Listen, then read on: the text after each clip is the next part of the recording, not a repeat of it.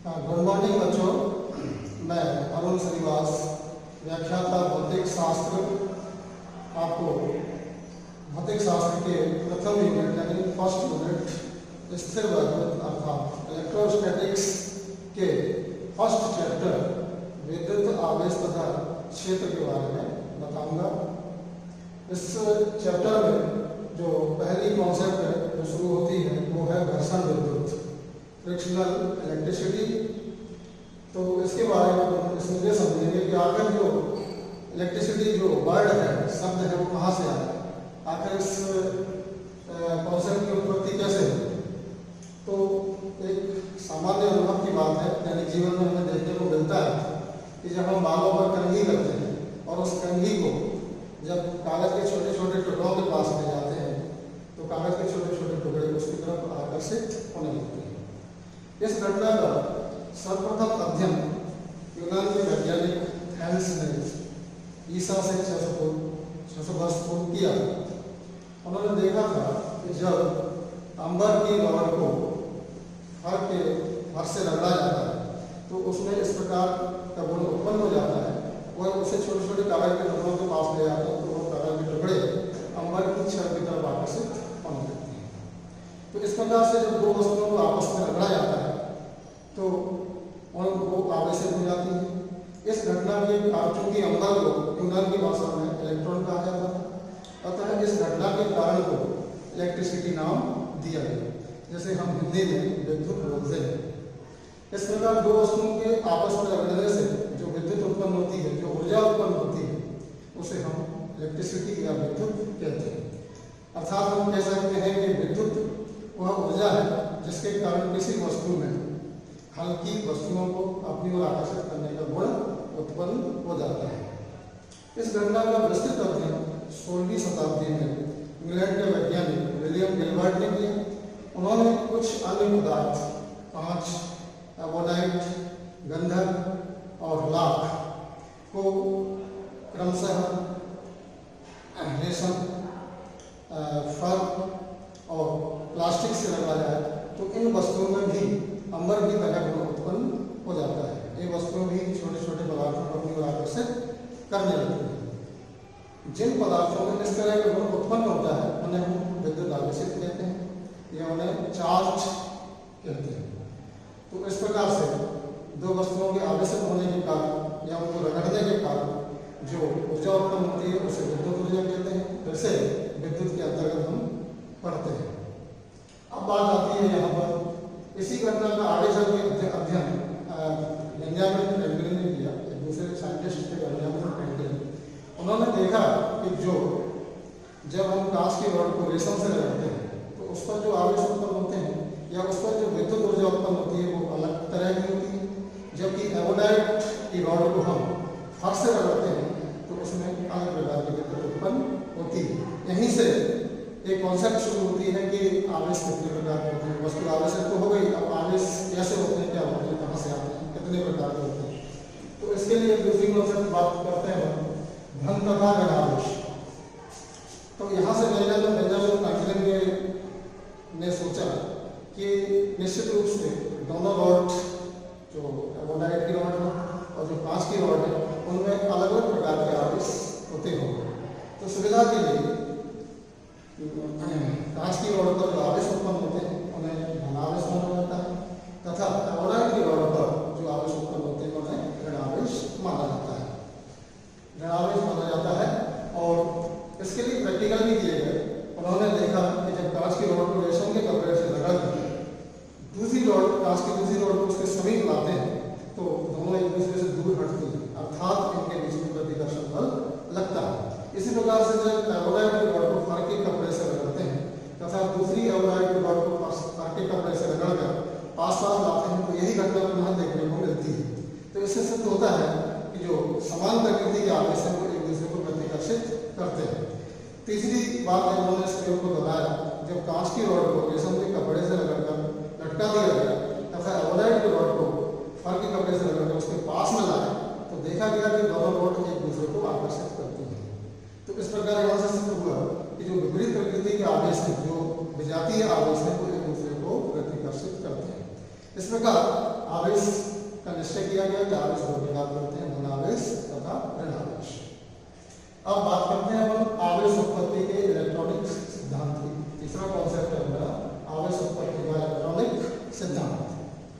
जैसा कि हम जानते हैं कि सभी पदार्थ परमाणुओं से मिलकर बने होते हैं। परमाणु के केंद्र पर नाभिक होता है, उसमें धनावेशित कण प्रोटॉन तथा अनावेशित कण न्यूट्रॉन होते हैं। बाकी इलेक्ट्रॉन जो है वो नाभिक के चारों बाह्य कक्षा में चक्कर लगाते रहते हैं।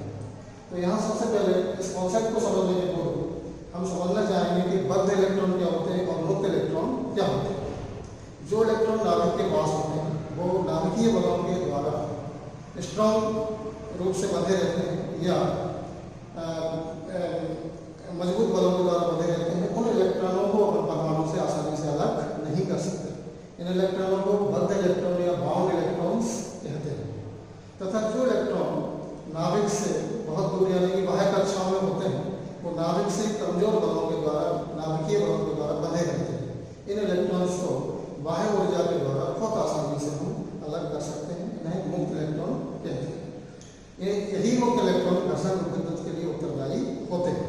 तो आवेश उत्पत्ति इलेक्ट्रॉनिक सिद्धांत के अनुसार जब दो पदार्थों को आपस में रगड़ते हैं तो एक पदार्थ से इलेक्ट्रॉन निकलकर दूसरे पदार्थ में चला जाता है।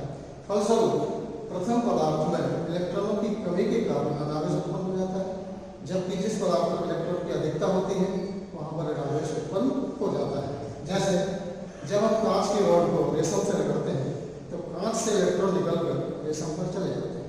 फलस्वरूप कांच की रॉड पर इलेक्ट्रॉनों की कमी के कारण धनावेशित हो जाती है तथा रेशम का कपड़ा इलेक्ट्रॉनों की अधिकता के कारण ऋणावेशित हो जाता है। यही आवेश उत्पत्ति का इलेक्ट्रॉनिक सिद्धांत है। इसके बाद जो अगली कॉन्सेप्ट है वो है चालक तथा कुचालक। विद्युत धारा के प्रवाह के आधार पर पदार्थों को दो भागों में बांटा गया है, चालक और कुचालक। चालक वे पदार्थ होते हैं, चालक यानी कंडक्टर। चालक वे पदार्थ होते हैं जिनमें मुक्त इलेक्ट्रॉनों की संख्या बहुत अधिक होती है, जिनमें बहुत आसानी से विद्युत धारा का प्रवाह हो जाता है। इनके उदाहरण हैं सभी धातुएं, मानव शरीर, अशुद्ध जल, इनके उदाहरण। दूसरा है कुचालक। कुचालक वे पदार्थ होते हैं जिनमें मुक्त इलेक्ट्रॉनों की संख्या बहुत कम, लगभग नगण्य होती है तथा इनमें से होकर विद्युत धारा का प्रवाह आसानी से नहीं होता है। जैसे रबर, प्लास्टिक, लकड़ी इत्यादि कुचालक पदार्थों के उदाहरण हैं। इसके बाद बात करते हैं अगली कॉन्सेप्ट आवेश का संरक्षण, कंजर्वेशन ऑफ चार्ज। तो आवेश संरक्षण के नियम के अनुसार किसी भी विलगित निकाय में यानी कि आइसोलेटेड सिस्टम में न तो आवेश उत्पन्न किया जा सकता है और न ही नष्ट किया जा सकता है। किसी भी सिस्टम का आवेश संरक्षित रहता है, वो नियत रहता है। जैसे जब हम कांच की रॉड को रेशम से रगड़ते हैं तो कांच की रॉड पर जितना धनावेश उत्पन्न होता है उतना ही ऋणावेश रेशम के कपड़े पर उत्पन्न हो जाता है। इस प्रकार से कुल मिला के आवेश नियत रहता है। अगली बात करते हैं हम आवेश के क्वांटीकरण की, क्वांटाइजेशन ऑफ चार्ज। तो आवेश के क्वांटीकरण के अनुसार प्रकृति में आवेश सदैव एक निश्चित न्यूनतम मान के पूर्ण गुणज के रूप में पाया जाता है। प्रयोगों द्वारा पाया जाता है कि यह निश्चित न्यूनतम मान वह होता है जो इलेक्ट्रॉन या प्रोटॉन पर पाया जाता है। अर्थात इस न्यूनतम मान को हम मूलावेश या इलेक्ट्रॉनिक आवेश कहते हैं, जैसे स्मॉल ई से प्रदर्शित करते हैं। इसका मान 1.6 × 10⁻⁻19 कूलम होता है।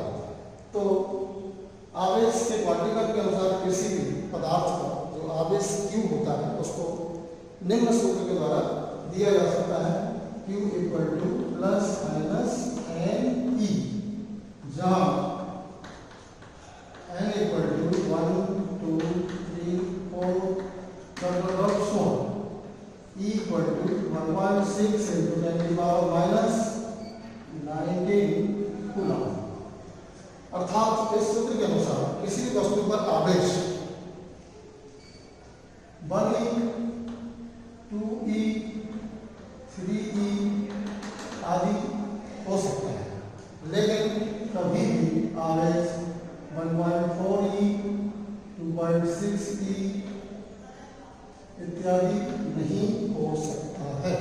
अर्थात आवेश सदैव पूर्णांक में ही पदार्थ के ऊपर पाए जाते हैं। आवेश की क्वांटीकरण के पश्चात हम बात करते हैं आवेश के मात्रक के ऊपर, यूनिट्स ऑफ चार्जेस। इसकी जो एसआई यूनिट होती है, जो मैन यूनिट जो इंटरनेशनल लेवल पे वैलिड है, वो होती है कूलाम। इसे हम सी से प्रदर्शित करते हैं। ठीक, क्योंकि आवेश इक्वल टू होता है धारा बनाम समय।